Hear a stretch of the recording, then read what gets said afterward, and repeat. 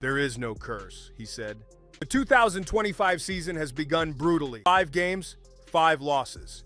The offense can't finish drives. The defense can't stay off the field. Statistically, they are near the bottom in every category that mattered. But Glenn didn't flinch.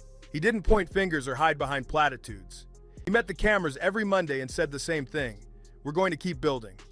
He wasn't lying. Behind the frustration, something was forming, an unfamiliar honesty. For decades, the Jets had treated failure like a public relations problem.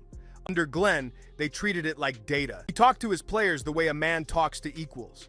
He told them the truth, that this franchise had been chasing shortcuts for half a century, mistaking noise for progress, mistaking confidence for culture. When you don't have a foundation, he said, the storm finds you every time.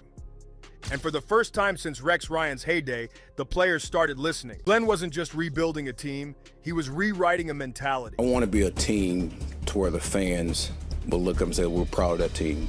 He reminded his locker room that he'd been a Jet once, a first-round pick in 1994, a corner who survived 9 seasons of heartbreak in the Meadowlands. He'd lived the cycle, the early optimism, the late-season collapse, the constant reinvention. He didn't need to study the curse, he'd worn it.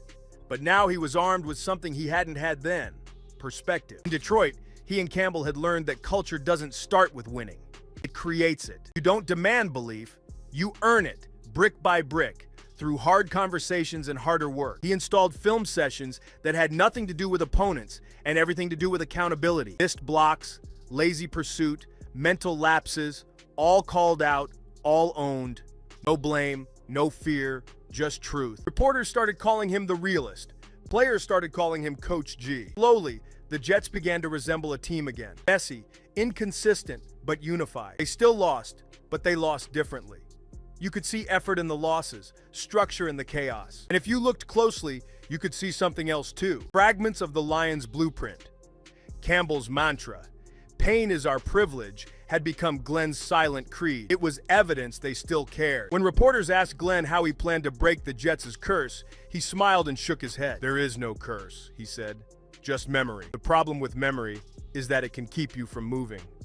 He paused, then added quietly, the past isn't supposed to be a weight. It's supposed to be a lesson. That quote ended up printed on the locker room wall. He didn't promise playoffs. He didn't guarantee miracles. He simply promised to make the Jets real again, to build a team that didn't need nostalgia to feel proud. And in that, he might already be succeeding.